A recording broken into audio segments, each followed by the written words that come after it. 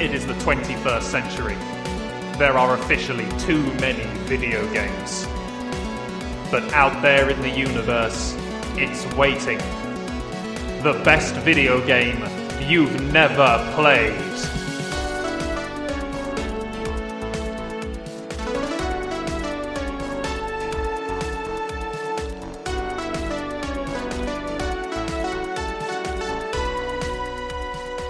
Hello and welcome to The Best Video Game You've Never Played, the podcast where I, stand-up and improv comedian Lewis Dunn, take on the suggestions of other people for the best video game that I've never played. I then play it for a week, sit down and have a chat about it with them, and then we discuss whether or not I was wrong to skip it, or whether or not, yes, it is in fact a game I should never have played in the first place, and I have wasted a week of my life.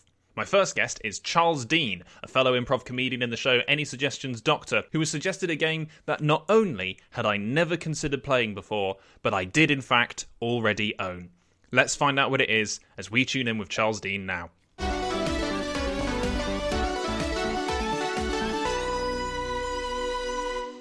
Hello Charles, how are you? I'm okay, Lewis. How are you? I'm very good. I've just spent a week playing the game that you suggested was the best game I've never played. I should be fair to you. You gave me a list of 3 games and we agreed this was the most achievable for me to play in the week's time frame I gave myself. So why don't you explain what the game is? So the game that I chose for you is the 2017 seminal classic, Sniper Elite 4.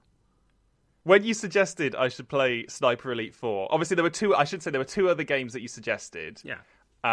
But I thought this was the one that made me immediately type into the chat, ha ha, because I didn't think, I'll be honest with you, I did not think Sniper Elite 4 was going to be a game that I should have ever bothered playing. So much so that when you said you should play Sniper Elite 4, I then went and checked and I already own Sniper Elite 4 and have never touched it. Well, why were you so dismissive of it offhand?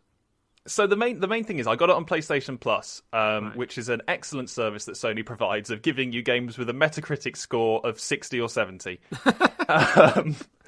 And it popped up and I didn't want to download it. And to some extent I was right about that because this game is 47 gigabytes and it does not need to be. But my impression of Sniper Elite as a series was that it's quite a cheap series and that it was quite a low budget, almost like a sort of... It was something that sort of should have been kept on like a PC bargain bin. Like, I don't know if you remember as a kid, they used to have like a series of cheap discount PC games that were like a $5 and they came in like a white and gold box and you could get like Sonic R. Yeah. That was what I thought the Sniper Elite series was before going in. Well, I think what you forgot, Lewis, was that this wasn't Sniper 4. This was Sniper Elite 4. Yeah, this is the premium Sniper experience. Yeah. Not for me. I didn't have to pay for it. I already had it. Although I did, in fairness, because once you suggested it, you said you should play the Hitler mission, and then immediately sent a message after saying, "But don't pay any money for it." And then I sent a message back going, "All of Sniper Elite 4's DLC is £2.90. I'll get it." Yeah, so I'm actually a little bit jealous of that because after you mentioned that, I went. I'm playing it on Xbox, which is maybe there could be some difference in opinion in the experience that way. But I went and checked. Oh, is the DLC on Xbox super cheap? No, it's still like full price, like 40 quid or whatever, something disgusting. Despite it don't being pay that. 4 years old or whatever. Don't pay that. Don't pay that amount of money for the DLC. We'll get to the DLC later. We'll get to this. So I guess we've sort of tiptoed around it. Can you describe, for the people listening, what is Sniper Elite 4? Yes, Sniper Elite 4 is a game set in World War II where you play as an American hero by the name of Carl Fairburn. And you're traveling around these fictional Italian locations, basically killing Nazis. There is a plot, there are other characters, there is a narrative. It's not important in the slightest. The most important thing is that you go to a location, you shoot some Nazis, you do a couple of objectives, and you leave. The plot is so beyond inconsequential as far as I'm concerned. I'm going to say, for an inconsequential plot, this game really does want you to, like, it. I think this game thinks its plot is worth paying attention to. And you are completely correct. It is not. But I don't want to go too hard on it yet. We'll get around to specifically why I think the plot of Sniper Elite 4 is very... It's not just badly delivered. It's not just a bad plot. But it also constantly made me do this thing where I'm going, oh, that's interesting. No, hang on, is that true? I don't think that's true. I'm going to go to Wikipedia. Oh, it's kind of true. Oh. So this is the thing, you said it's right. Sniper Elite 4, from what I could figure out, is about a fully soluble American sniper who, when he touches water, instantly dies. Yes.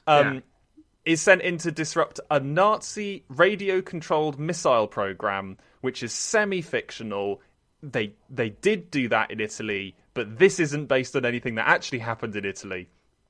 Also, everyone you meet is German in Italy, except the good guys who are Italian, and I spent a lot of the game going, hang on, I thought Italy was its own thing. I thought they maybe did a bit of the fascism.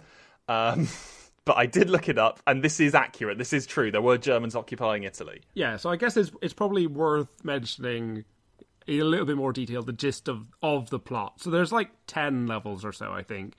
And basically across these levels, you learn that the Nazis have developed this, as you say, radio-controlled... I don't think missiles the word. Like radio-controlled bombs. Yeah, pretty much. Yeah. They're still dropped from planes.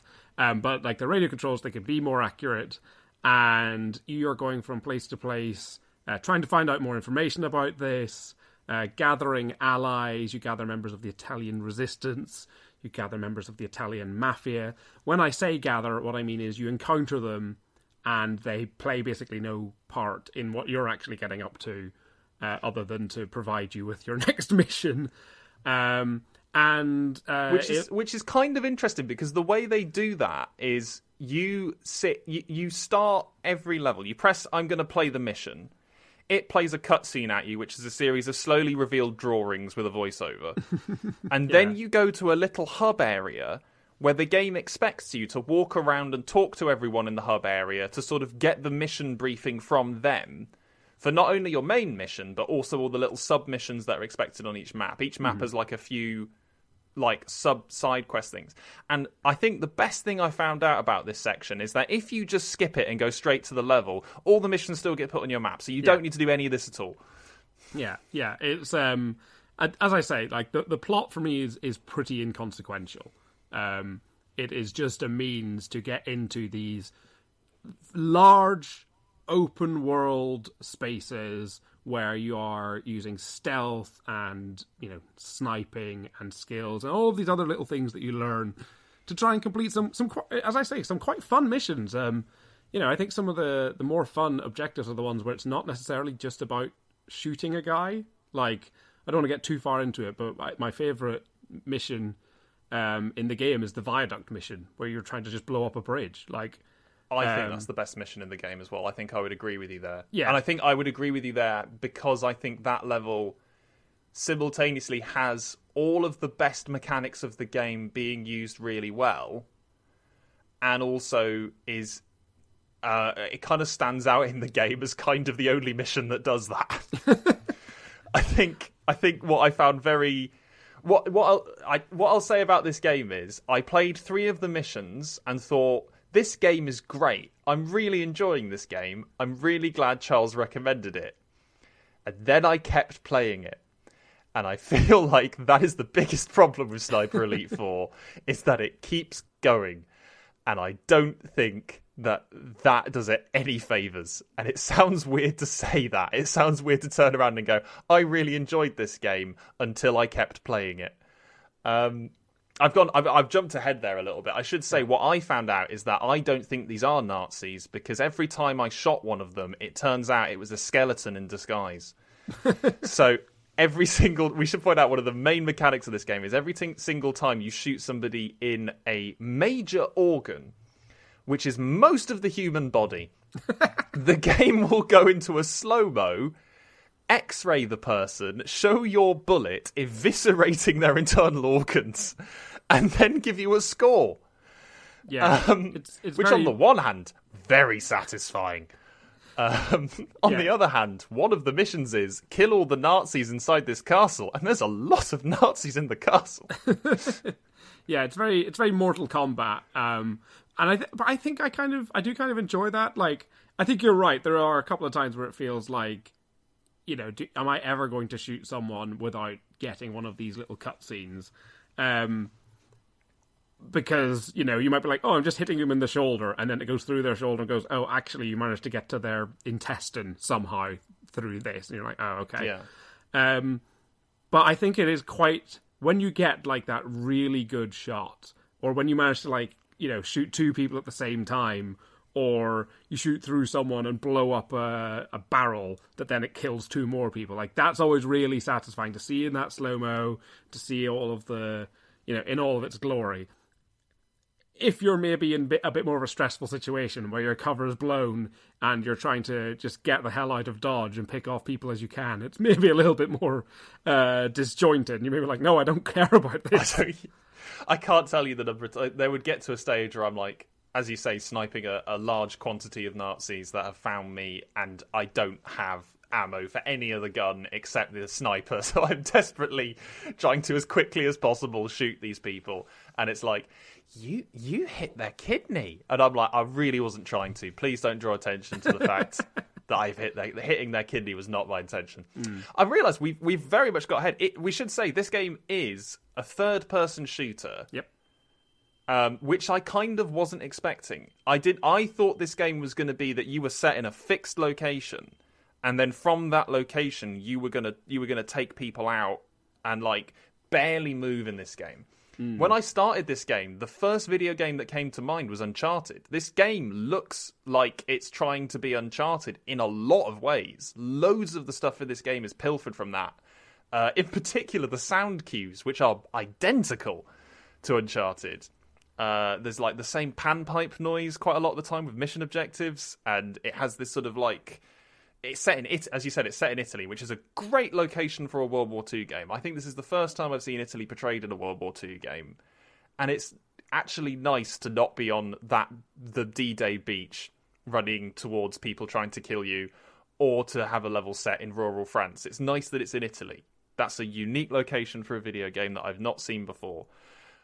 But also, this video game is like, what if Uncharted 4 had the binoculars of Metal Gear Solid 5 and a sniper mechanic that is good?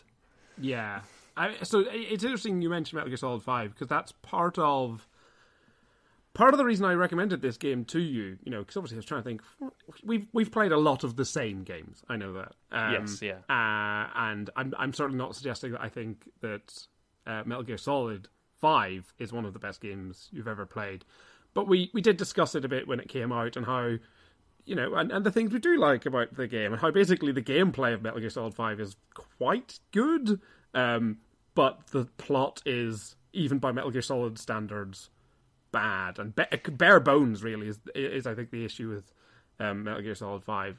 But we've also, if you were to ask me which game has the worst plot, Sniper Elite 4 or Metal Gear Solid 5, that is a genuine argument that I would struggle with. But we've also mentioned how we like Peace Walker. Yes, yeah. And obviously this is, I think, more open worlds than Peace Walker, but I did think third person, limited equipment, action adventure, mission by mission, rather than sort of being just dumped into an enormous open world like in Metal Gear Solid 5. I do think it is quite pretty. It's certainly prettier than Sniper Elite 3 and Sniper Elite 2. Sniper Elite 1, couldn't comment. Sniper Elite 3, all set in the desert, pretty bland looking. And as you say, with Sniper Elite 2, it's, here we are in the same old World War II setting. Whereas, yeah, with 4, being in Italy and having, levels that are lush green vistas, and having little Italian villages and forests and, castles, and, each level feels different enough and looks pretty enough. It's an interesting enough environment to be in. So yeah, like there's I think you've picked up on quite a few of the things that I was also thinking, which I'm going to say is a plus for me. it's really interesting that you said like, oh well, Sniper Elite 3 is set in a desert and Sniper Elite 4 is set in the sort of the Italian place. Uncharted 3 is set in the desert and Uncharted 4 is set in a sort of similarly coastal looking vistas. And if you look at the release schedules, they kind of match.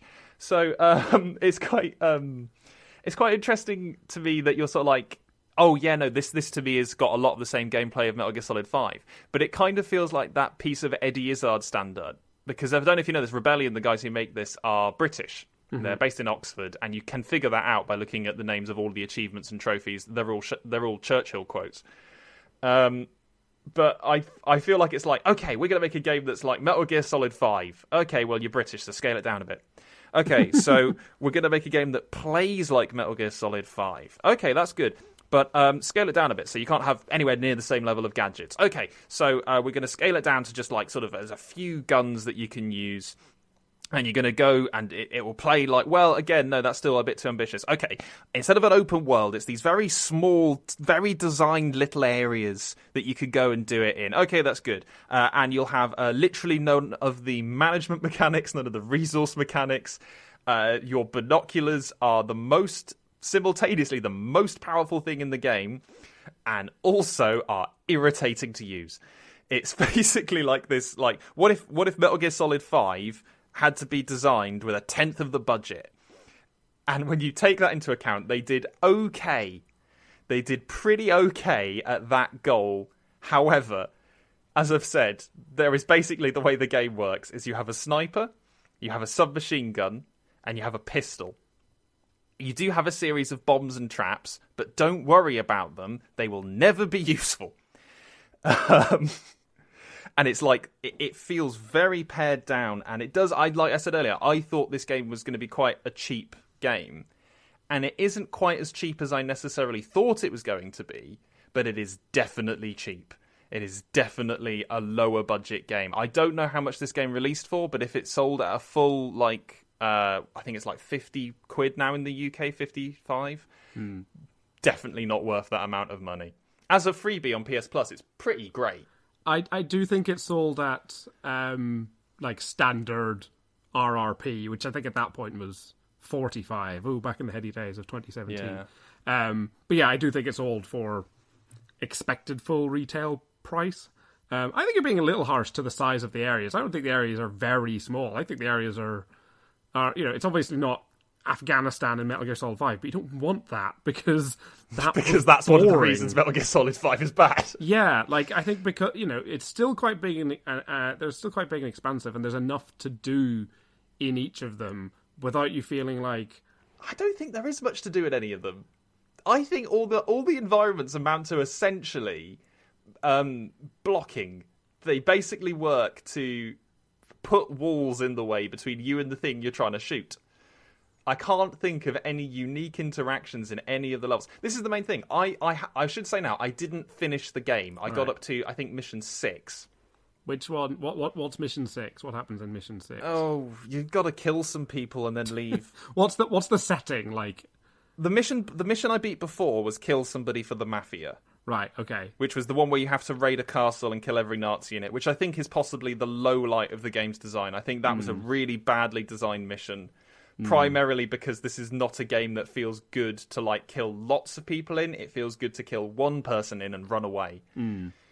So when it's like, you need to, literally the mission is kill all the Nazis in and around the castle. I'm just sort of there with my cover blown, the game yelling at me, everyone can see you, and I'm there going, well, how else was I going to do this? What was your plan? Was I just trying to like slowly pick them off one by one when they weren't looking at each other until there's one Nazi left going, it's awful quiet. So I think that's one of the things I'll say about the game as well, which, in a week you won't necessarily have. You wouldn't have had the time to have got this. And indeed, if you didn't enjoy the game, I'm not going to sit here, Lewis, and tell you they were wrong. But I think what I really enjoy. So the first time I played through the game, like from end to end, I was very much trying to play it as stealthily as possible. Like I was just like, if I get spotted at all, I am restarting the checkpoint. I have no idea how you played it like that. Honestly, I thought that was how the game wanted me to play it until after a while, I was looking at a level going, I have literally no idea how you get through this game without alerting anyone. Maybe you can get through without having your cover blown, but you will definitely have people going, well, someone's dead. Yeah. Oh, no, yeah, of course. I'm not expecting no one to find any of the dead bodies I shot from 200 meters away. But, if it was like full alert, I was like, okay, no, I'm restarting that. Okay. And I think what you eventually realise is, so then when I've played through it subsequently, you realise that actually having your cover blown isn't that scary as long as you know how to deal with it, or you have a plan, you have an escape route.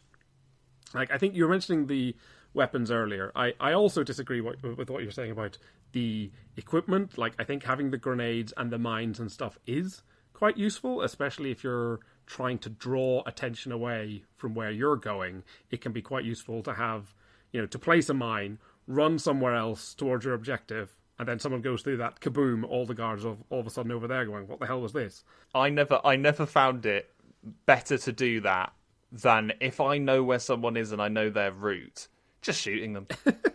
Just shoot them. Because you're talking about I can lay a mine to blow something up to cause a distraction. The map's full of explosive barrels and vehicles and levels. It's just one of the actually advantages of the game is when you put those binoculars on, you can see everything in the environment that's interactable, which is very helpful. As you say, I want to cause a distraction over there, you shoot that.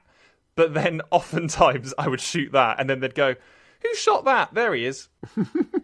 Well, so the other thing is that, which again, maybe you wouldn't have had a chance to explain this or experience this or whatever. It can also be fun to set booby traps in bodies of people you've killed, because then someone goes, "Oh, there's a dead body over there." They come over to inspect. Kaboom! That's also fun. That's a separate thing. I didn't get a chance to do that. I saw that the game was offering to do that, but every single time I found it, I was like, everyone in this room's already dead. But the point I was going to make is the equipment, I think, is useful situationally. Of course, there are certain levels where it's when am I ever going to use this TNT box? I never figured out how to use the TNT box. I threw the TNT box multiple times, and it turns out all it does is place TNT. The sniper rifle, obviously pretty useful. I think the sniper handgun rifle's so good in this game. The handguns, the empty lung mechanic's amazing. The handguns are pretty good. If someone's up close to you, the handgun's pretty good. Did you have the silenced handgun? No. Right, I think this is a season pass bonus. Yeah. I got a handgun that was silenced. Yeah. And so the game became, are you going to shoot this person with a silenced sniper rifle? Are you going to shoot this person with a silenced pistol? Or are you going to run up to them and melee them before they have a chance to realise what the hell is going on? And so basically the game became 3 ranges. Yeah, so that was part of what I was going to say. The submachine gun, I think, is, or most of the submachine guns and the shotguns and so on, useless, pointless. If someone is at long or medium range, use your rifle, which will kill them in 1 or maybe 2 shots. Someone's really close to you, melee them, or maybe use your pistol. Submachine gun, too slow, too unwieldy. But I did actually want to bring this up with you, because I think if you've been using those those always silenced weapons, the silenced pistol and sniper not rifle. always silenced. Not always silenced. The silenced sniper rifle has limited ammunition, and then it's okay, now you have to use. Right. Okay. Because I was going to say, I obviously haven't played with those, but within the main game with the regular rifles and pistols, there is silenced ammunition that you can find. Yes, that's what I was using. Yeah. Right. Okay. Well, then, in which case, I saw that there were in the DLC guns weapons that started silenced, and in my head it was the nightmare scenario where and they're permanently silenced, and that just defeats the purpose. No, the pistol is permanently silenced, but also it's not reliably accurate. So basically, the pistol does give you a slight advantage because it means very close-up enemies that haven't spotted you can just silently take them out, but it's not guaranteed you'll kill them. So I blew my cover quite a lot of times thinking I'd shot someone in the head, and I hadn't. So there is one, I think the default pistol in the game actually is permanently silenced, but it's bolt action, so it's slow. Yeah, this was quite a quick little pistol I had. Yeah, I think the slow bolt action pistol is that balances it quite well.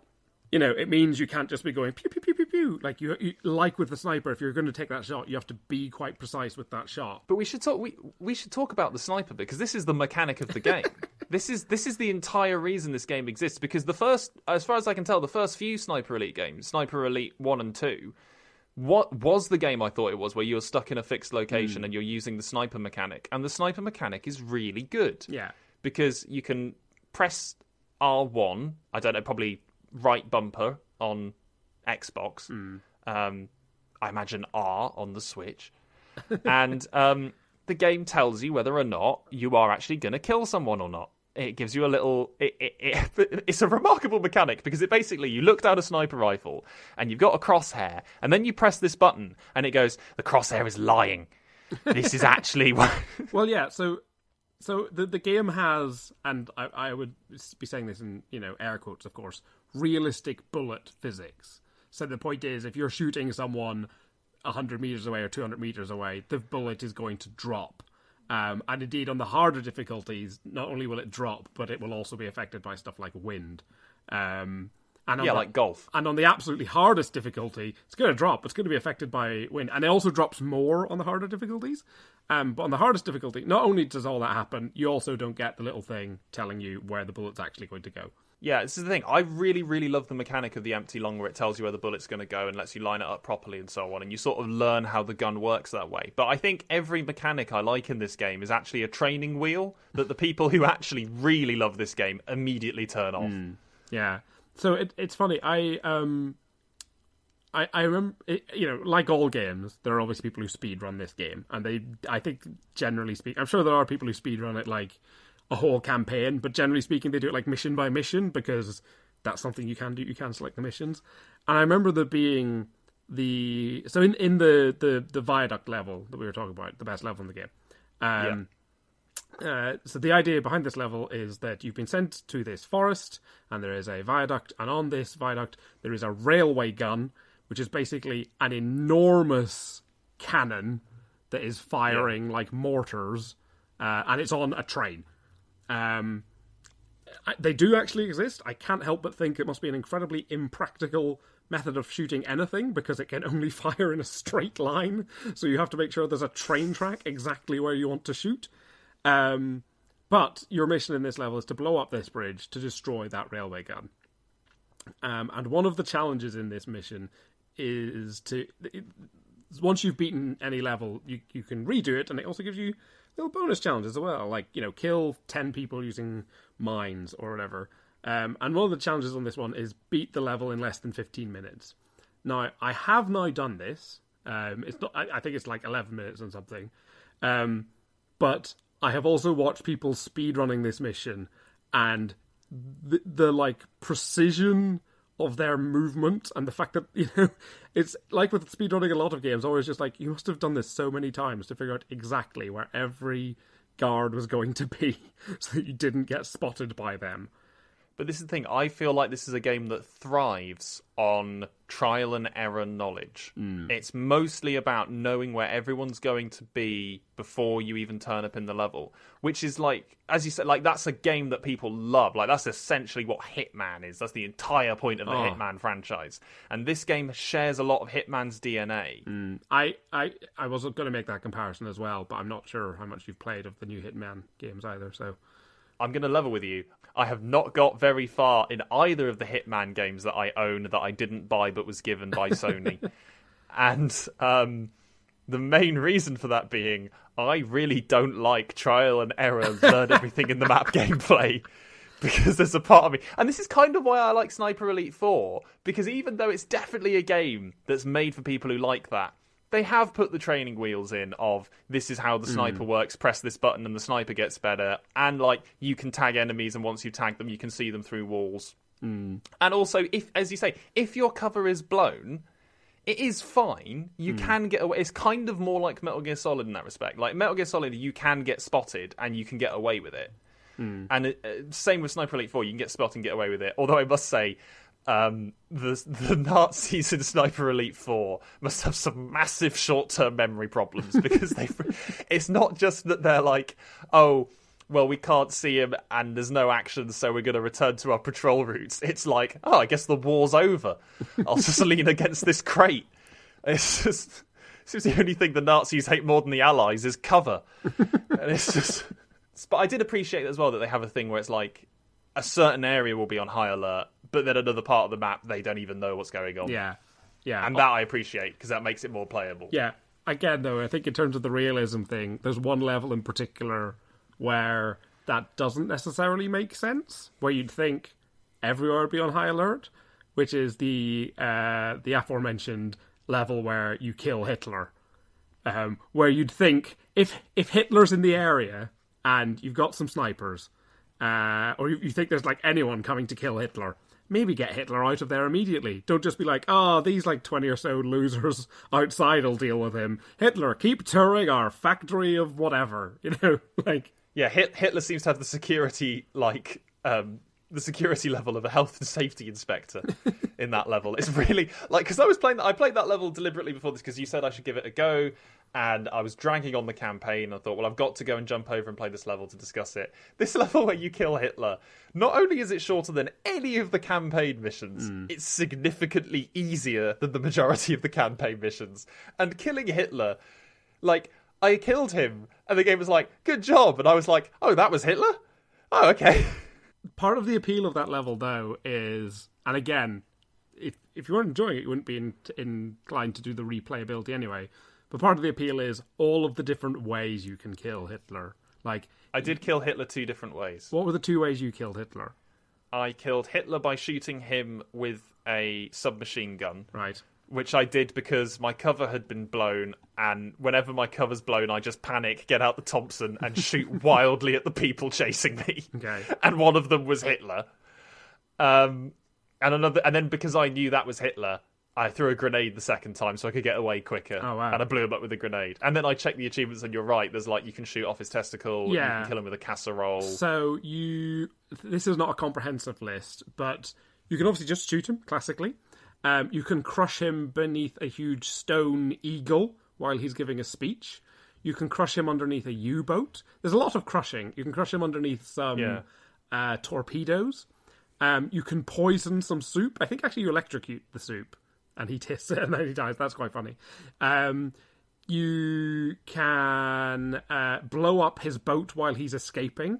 There's one in particular, though, which is incredibly convoluted, and it is one of the challenges, which basically involves you shimmying around these pipes, dropping from a pipe and grabbing onto a ledge to get through a window, and this is the only way you can get to it. You go in there, you meet an informant, and he gives you a gun, like just a handgun, and you go and shoot Hitler with that, and if you manage to do it that way, then you get that gun as a skin for another gun, and it's like, neat. Glad I took like 40 minutes trying to figure out the Rube Goldberg machine you'd set up for me to get this one. That's all right, though. I don't mind that so much. The thing I liked about the Hitler mission was I was expecting the Hitler mission to be like the gauntlet mission, to be like the hardest mission in the game, and for it to be like, all right, you've downloaded Target Führer, you're going to have to really use all your skills to do this mission. And then actually, no, it is one of the easiest missions in the game. Yeah. And part of me was quite pleased about that, because I was like, actually, yeah, I don't want this to be the hardest mission in the game, because I do just kind of want to shoot Hitler and just be like, hooray, done it. I mean, yeah, the revelation in the aftermath, just like in the mission in Sniper Elite 3 where you kill Hitler, and I believe in the mission in Sniper Elite 2 where you kill Hitler, is that it wasn't actually Hitler, it was a body. It's never Hitler. It's never Hitler. It's never Hitler. He always falls for it. But it does have very big Danger 5 vibes, that mission, where it's just like, you're actually going in here to, blow up this U-boat factory or whatever, and remember, kill Hitler. That's the main thing as well. They send you in for a completely different mission, and then you find out Hitler's there, so you're like, sod of that mission. And I'm like, these Hitler doubles are doing a great job, because they're mostly preventing snipers from doing what they're supposed to do. Well, you can, of course, also blow up the factory, and, I have done that, because I feel like it's a necessary, in helping the war effort. Yes, yeah. By the way, in terms of helping the war effort, I had no idea snipers did this much. In terms of the missions you're requested to do, this guy borderline saves Italy by himself. He is absolutely overworked to Yeah. the extreme. The amount of things you have to do in this game as a sniper. Most of the things you have to do in this game don't involve sniping, in fact. They mostly involve attaching satchel charges to things. Well, I think that is the thing. Like the very first mission is obviously, and I think they set this up quite well. The premise is just, oh, you're just going in here to kill these 4 high-ranking officers, and then in that mission you go, wait a minute, what's actually going on here? And that's how it sort of instigates all the other missions. And then you get the I don't know if you'll have done this one because I think it might be a little bit later in the game, but there's one where you go to like a docks and you're using your satchel charges to basically destroy all of these anti-air yes, I have done that mission. Yeah, I really love that mission as well. I don't know how you felt about it, but just that mission was the wall for me on this game. Okay. I struggled so much on that mission, and not just because I think one of the big problems with that mission is it's huge in terms of the amount of things they expect you to do. So the map itself the map's pretty big, but it's like you have to destroy lamps for spotlights. You have to destroy some anti-air guns. You have to assassinate a certain person. And I'm trying to do all of this. And this is the mission where I went, I don't think it's possible to beat this game without getting an alert set off. Because not only is this docks the most heavily guarded thing in the game, which contextually makes sense, but also I'm just there going like, I have 20 bullets to do this whole mission with. It's not going to happen. Sorry, I still just can't get over you mistaking spotlights for lamps and just picturing like the Nazis being like, all right, guys, we need to stop these Allied planes we're getting in. Everyone head down to IKEA and get a bunch of table lamps. Get a bunch of table lamps. To be honest, in that mission, it felt like I had to shoot every single table lamp in the fucking box. There were so many things they wanted you to do in that mission. And bear in mind, I'm now at the stage where I'm trying to beat this game as quickly as possible in preparation for this podcast. So every time the mission was like, oh, you got to blow up 8 things, I'm like, what was wrong with blow up 3 things? What gameplay loop is improved by the addition of so many more things? One mechanic, I haven't even talked about this, one mechanic I also really like in this game is other snipers, which happened a lot on the docks mission, but I actually really like this, which is, obviously there are snipers owned by the enemy. And Owned by the enemy. They're owned by the enemy, and there's a thing that will happen where it will just glint on your screen and say, you've been sighted. And that lets you know a sniper can see you, but also, crucially, you can probably see them if you can look around a bit. And then you sort of have this very, very quick little sniper battle. And I was like, this is good. This is making me more aware of my surroundings. This is making me like suddenly look up in places that I wasn't looking up. Because quite a lot of the time I found that I was overreaching where I thought enemies were. I was like, oh, they'll be in that little nook or cranny up there. And actually, no, they're about 10 feet in front of me. But they actually are quite well camouflaged. And I'm like, oh, I didn't look at the floor. Why didn't I look at the floor? Yeah, I love the mini sniper battles. Like, the first level I don't think has any snipers at all. But then every level after that has at least 2 or 3 or more. And they are, they are just so much more intense, especially when you are trying to, as I say, if you're trying to play a bit more stealthy and you're trying to get deep into the territory, and all of a sudden you get that flash on the screen and you're like, oh shit, and you have to like dive into cover quickly because you've not been thinking, oh, someone's going to spot me. And it's also one of those things where, you know, there's a couple of the nighttime levels where it starts off feeling much easier because obviously it's darker, so it's harder for people to see you in general. But the moment you realise there's a sniper around, you're like, I am never going to find them. And it just really, you know, weirdly, I think it's one of the best balancing mechanics in the game because it does stop you from, because obviously it's, you know, it's video game AI. You know, if you, as we've mentioned, if you really wanted to, you could learn exactly where everyone's going to be moving and, you know, completely. The AI in this game is not very good. It's good at points, but as you say, like they get quite forgetful. It's not just it's that they're forgetful, but it's also that it's. I don't know if this is part of the stealth mechanics, but there was quite a lot of times I would take somebody out and everyone would take cover facing me in a way that was like, not only are you exposed and facing in the wrong direction, but I've taken out 3 of you, and you're all still exposed and facing the wrong direction. See, again, I think it depends on how you've taken them out. So I also, this week, you know, obviously spent quite a bit of time replaying it, and in fact today I replayed the Hitler level. And there is a bit in the outside area where I very deliberately... So there's like a church bell that you can get up into, which gives you quite a good view of most of the outside space. And what I did was I was just like, looking around, I saw, oh, there's an explosive crate, and there's someone about to walk past it. Shoot the explosive crate, and that blows up. Obviously, everyone then runs away and is looking at the explosive crate. So, like, in that instance, that's why they've got their backs to me. It's because the thing's from over there. That's true. I think to some extent, though, that is one of the problems of the game, is that I feel like the AI flip-flops between you've blown up an explosive crate, they're now all hiding in the wrong direction, but that contextually makes sense, to other times where I have like taken out one person and suddenly the entire map knows where I am. And I was like in cover or in a high location or something, and I feel like that there's a combination of they're desperately trying to get the AI to be competitive, but they're also trying to make sure the stealth mechanics make sense. And I get that's a difficult like needle to thread, but I feel like again this is the problem with like, oh, we're going to be Metal Gear Solid 5. Doesn't Metal Gear Solid 5 have some of the best enemy AI in any video game ever made? Yeah, but we can't afford that. I'll say, Lewis, if you've never had a grand old time just running around Afghanistan exploiting the AI in Metal Gear Solid 5, you have never lived. But the AI in Metal Gear Solid 5 is like, it's very detailed. Not just in terms of like, it's very good at reacting to the player, but they have like full schedules they're meant to be doing, and so many of them... This is the thing, so many of the missions in Metal Gear Solid 5 can be solved by not shooting things. All of the missions in Sniper Elite 4 are solved by shooting things. Well, yes, but to be fair, Sniper Elite, the clue's in the name. If Sniper Elite 4, if it was beneficial to not snipe, if that was the most fun way of playing the game... But that sort of, for me, that hits the nail on the head. It's like, welcome to a sandbox environment. You only have a hammer. Everything is a nail.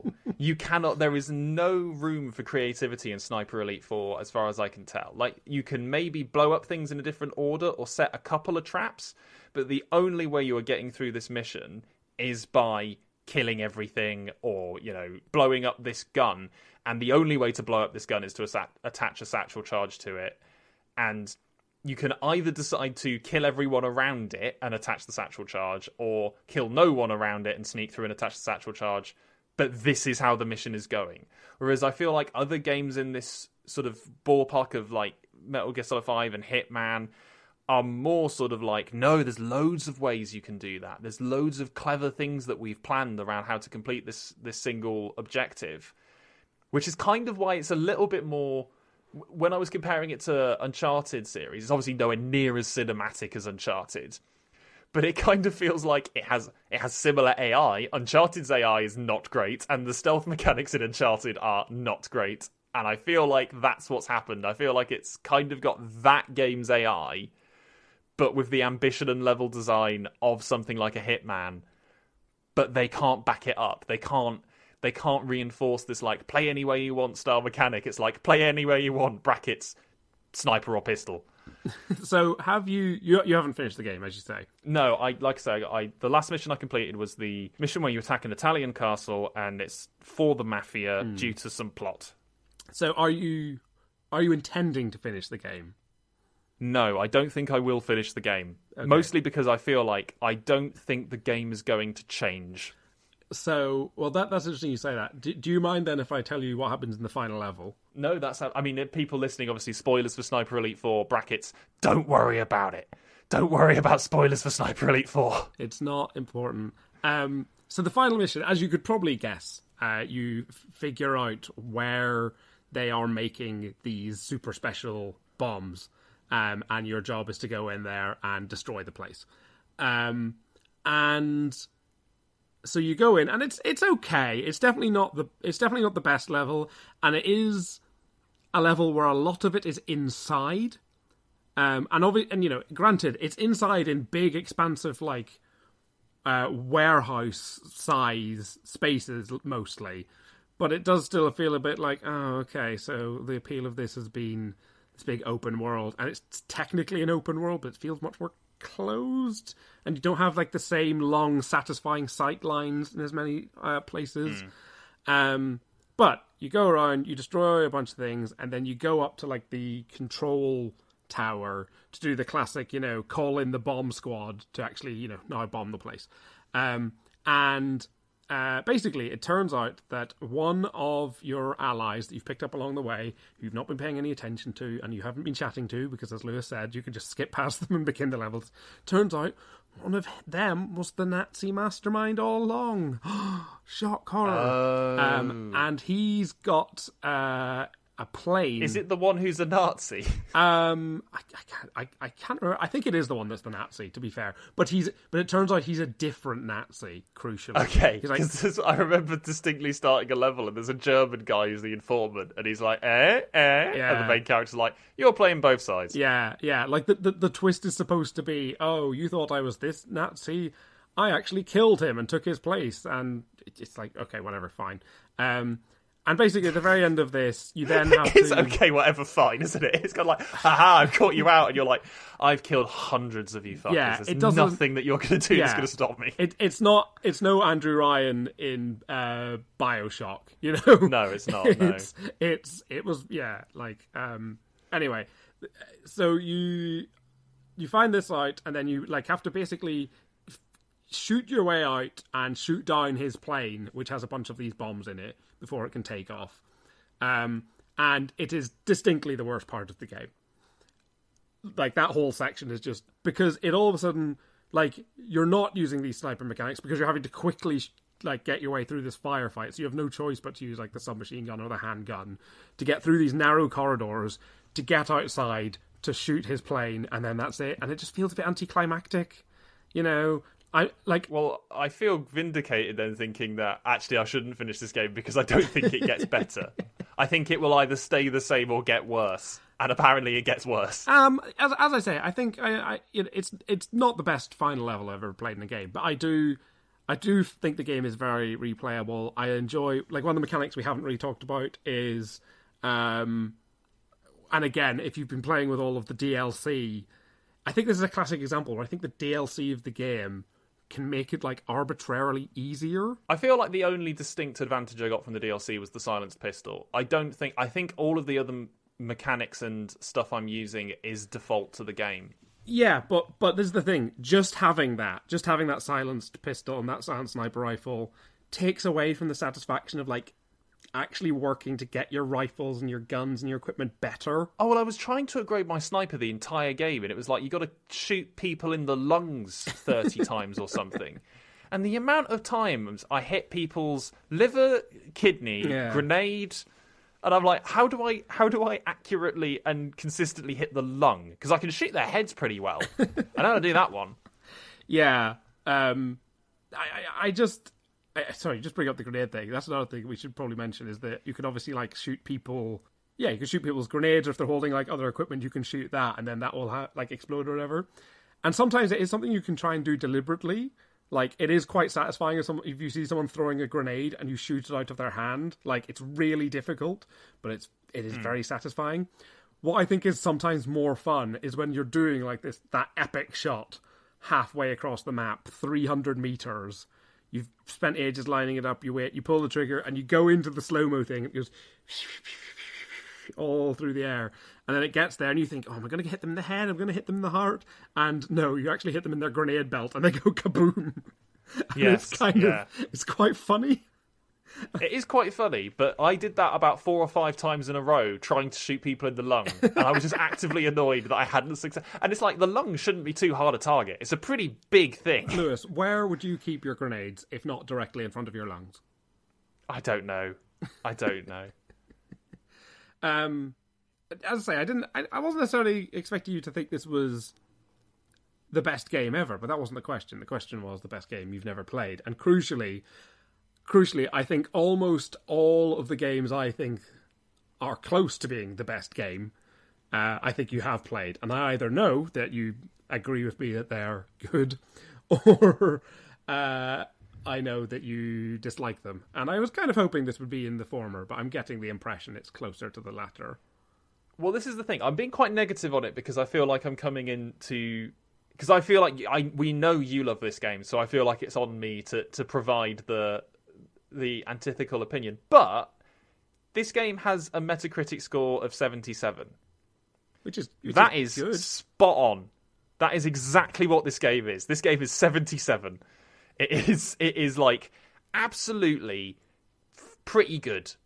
And I feel like I enjoyed quite a lot of my time with this game. And I think as soon as I started playing it, I was like, oh, actually, this isn't what I thought this game was.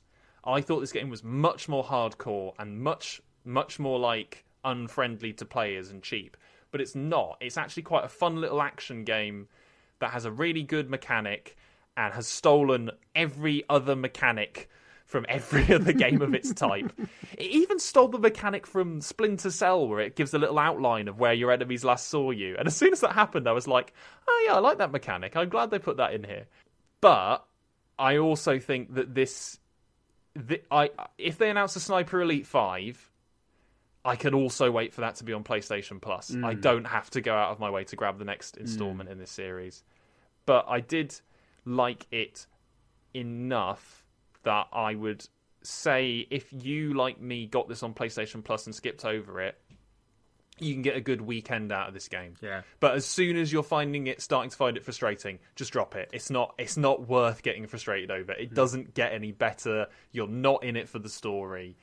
But if it really clicks with you, there's a lot of game here. You can have a good time.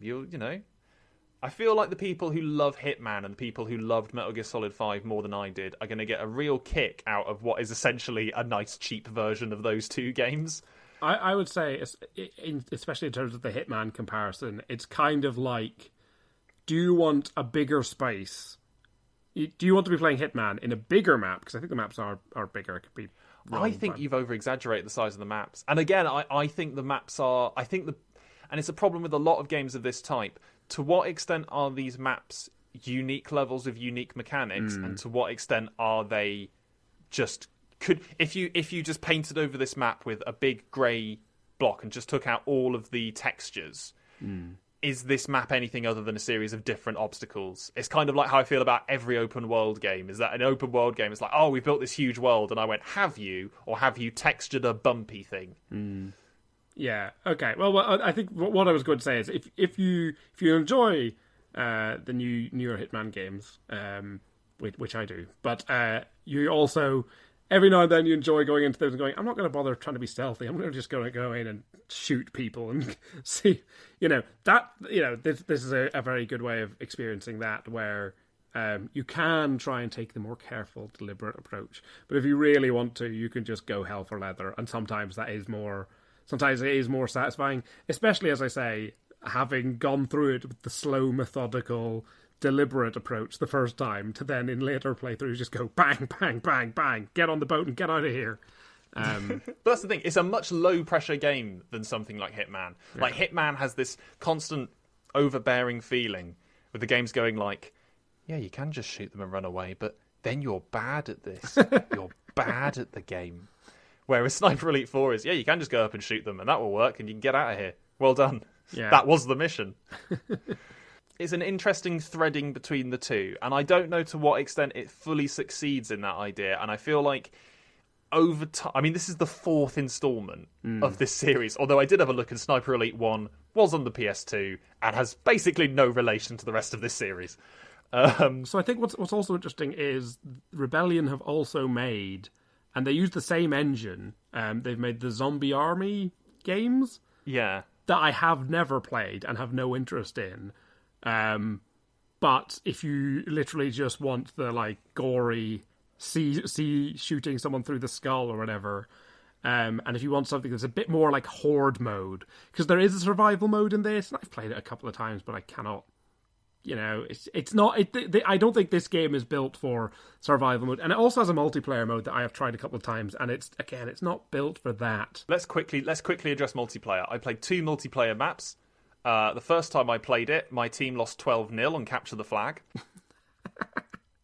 Why is there a Capture the Flag mode? There's a Capture the Flag mode in this sniper game. The sniper in the multiplayer mode is completely useless.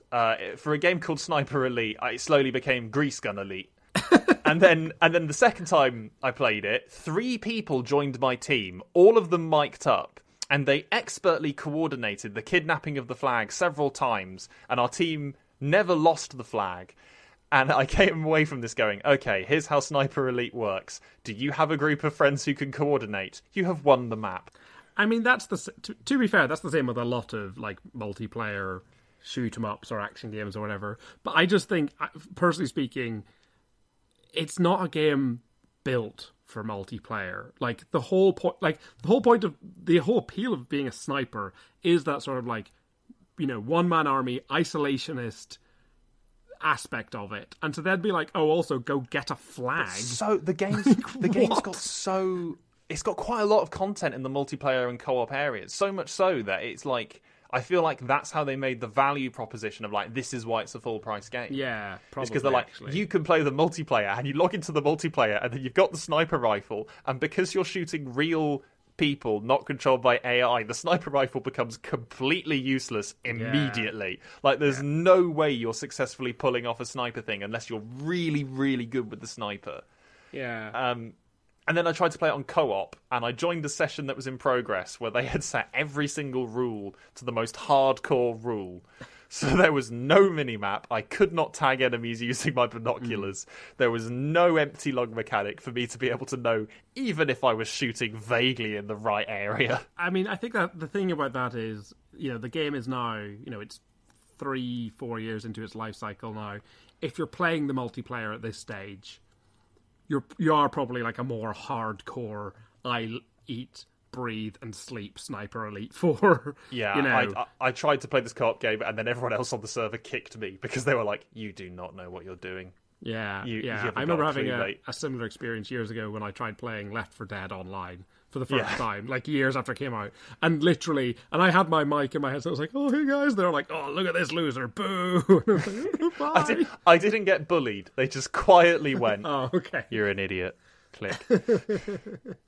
So I don't. If you're getting this game, don't get it from the multiplayer or the co-op, unless you get it and then you get really into it, and then you could go for it. But even then, you might need to bring friends because the community is not welcoming. I think it's also, you mentioned it's on PS Plus. I think it's also on Game Pass. Yes, actually, we should do this. I played this game on a PlayStation 5. This game does not require a PlayStation 5. I have subsequently discovered this game is on the Switch. It's probably just as good there. You said earlier that you thought this game was quite pretty. I disagree. I think this game is occasionally pretty, but up close, very ugly. As I say, I was largely comparing it to the brown and yellow and grey and drab setting of Sniper Elite 3 and the, early 2000s washed out World War II setting of Sniper Elite 2. I think my point was more, it's nice to be playing a game like this in a vibrant environment. That's true. This game came out the same year as Uncharted 4. This game looks like a high-end PS3 game. Well, we haven't all played. This isn't the best game Charles has ever played, Lewis. This is true. But I'm just going to make this comparison. There are people like, it doesn't look too bad. No. This is a mid-generation PS4/Xbox One game. This game looks cheap. It doesn't look bad, but like when you get a cutscene between the character models talking to each other, I get a real sense of like, oh, cool. I'm playing Saints Row on PS3 right now. I mean, again, Lewis, you shouldn't be looking at the cutscenes. They're not there to be enjoyed. No, but they are there, and they go in close on someone's face to make sure that you can really see that when they blink, it's terrifying. That said, though, looking at the pedigree of the developer, so Rebellion is a developer based in Oxford in the UK. They are a reasonably small developer. The main thing that they've done before Sniper Elite was the Alien vs Predator games, of which one of them is really highly praised, which is the one for the Atari Jaguar, and is apparently now impossible to get a copy of. And then all subsequent Alien vs Predator games are bad. And then everything else they've done is the weird port of a game you didn't think existed on that platform. So, for example, they're responsible for Call of Duty World at War on the PS2. They're responsible for the Simpsons game on PS2 and Wii. They are a very odd developer, and they're co-owned by the people who published 2000 AD comics. Wow, that's actually... I did not know that. Yeah. Huh. Which is weird, because as far as I can tell, they've never successfully pulled off a Judge Dredd game that anyone liked, which you think would be the top of the list of things they should be trying to do. I mean, there's a whole other discussion about whether or not Judge Dredd is a property that would work with a game. The short answer to that I would have to that is no. Like, it's as a property, he's not really a hero you should aspire to want to be. Yeah, but you can play as anti-heroes, you can play as baddies. I mean, I've also discovered Rebellion are responsible for Rogue Warrior, which is famously one of the worst games ever made for the Xbox 360. And they're also responsible for Never Dead, a game where you basically play as a sort of even punkier version of Deadpool. That, again, is famously one of the worst games made in that generation. So to give the developer their due, this is leagues above their usual output. This is so much better than Rebellion have ever done. And I feel like you can tell that the reason it's Sniper Elite 4 is because the team behind it have gone, oh my god, we found something that works. We can actually make this game. Let's keep making it. So I'm gonna wrap it up now. Okay. I'm gonna do two things, which is to go, right, is this the best game I've never played? Well, this is the first in this series, so technically, by default. Yes, it Hooray! is currently. Do I think it will stay the best game I've never played? No. Because I've already lined up what I'm going to play next, and I expect much better things of what I play next. Just to quickly go over the two games that you set up for me that I didn't do. Yes. The first of which was The Witcher 3. And I want everyone listening to this to now know, Charles is completely correct. I've never played The Witcher 3. He knows I've never played The Witcher 3. And I would like to keep it that way. Because The Witcher 3 is apparently hundreds of hours long. Oh, yeah. I don't like fantasy as a setting. Yeah, when I suggested it, it's part of the reason I gave you three options is because I knew you wouldn't, I do think that is literally the best game you've ever played, but I also knew you were never going to be able to play it in a week. So I was like, look, if you want to be really bold, then I think crucially, it's not just the length of The Witcher 3. It's that I know, even though I haven't played it, I know I'm not going to like it. I just know I'm not going to like it, and I really don't want to spend an hour with somebody who really loves The Witcher 3 with me explaining in detail why I hate it and why they were wrong to make me play it. So I'm going to save that for somebody I like a lot less than you. Okay, question mark. Or someone who is far more insistent than you that I have to play The Witcher 3. Okay. Because I will just tear into it. Even though I haven't played it, I might actually love The Witcher 3. I bet I won't. And the other one you suggested was it Motorsport Manager? Motorsport Manager! Now, you know how I said I knew I wasn't going to like The Witcher 3? My day job is spreadsheets. I have to do that anyway. I love Motorsport Manager. It's I first got it on the Switch, and then I got the much better version on the PC, but again, I can appreciate why you probably wouldn't like it. I think you'd like it a lot more than you think you'd like it. I think there are aspects of it you'd enjoy, but similarly, it is in a different way to The Witcher. It's a game you need to play a lot to sort of get where if you're not into that sort of game already. Like I love like sim games and management games and stuff, so it's quite easy for me to just get stuck in and appreciate. You know what? The first 2 years of my racing team, they're going to be crap, but they're going to get good, and I enjoy that. But I can also appreciate why you wouldn't necessarily want to have the commitment of going, I'm going to play this for a week and my team will still be bad. Yeah, I think given I played Sniper Elite 4 for a week and got bored of it and thought I've had enough of this game. I think if I'd played Motorsport Manager for 2 hours, I think I would be messaging you going, I'm not doing this anymore. If you had played it for 2 hours, you probably would have done 0 races. Yeah, I don't. It's not just the idea that it's not my sort of a game, which to be fair, it's not my sort of a game. But it's like, hey, no, you've got to understand, it might sound boring managing your own motorsport team, but also it's something you have no knowledge in. Like, I've tried to play Football Manager a couple times, And at least in that, I very quickly go, I don't know anything about football, I can't do this. Whereas in Motorsport Manager, it'd be like trying to decipher an alien spaceship desktop. I'd be like, I don't know how to fly this, and I don't even know if it flies. Well, I think it's safe to say then that of the three options that I had on the table, I probably picked the right one with Sniper Elite 4. Even if you think it's going to get knocked off the top on the next episode. I think it might. Well, this is the thing, it might not. It might not, because I think of the three games you proposed, Sniper Elite 4 is the one I had the most prejudice against in terms of what I thought it was. And it surprised me probably the most out of the three games you sent me. I think if I played The Witcher 3 or Motorsport Manager, they would have been exactly what I thought they were. Whereas Sniper Elite 4 actually wasn't the game I thought it was, and I quite enjoyed it. But it is a 77 out of 100. I agree with Metacritic. Well, there you go. That was me and Charles discussing Sniper Elite 4, currently the best video game that I've never played. If you've enjoyed the podcast, please leave us a review, and why not subscribe to it so that you get a regular update of video games that I've never played before. Next week on the show, I'll be joined by Kieran, who'll be going through a game with me that involves death in the darkest reaches of space. What game could that possibly be? The only way to find out is to listen to the next episode. Thanks very much for listening. Bye!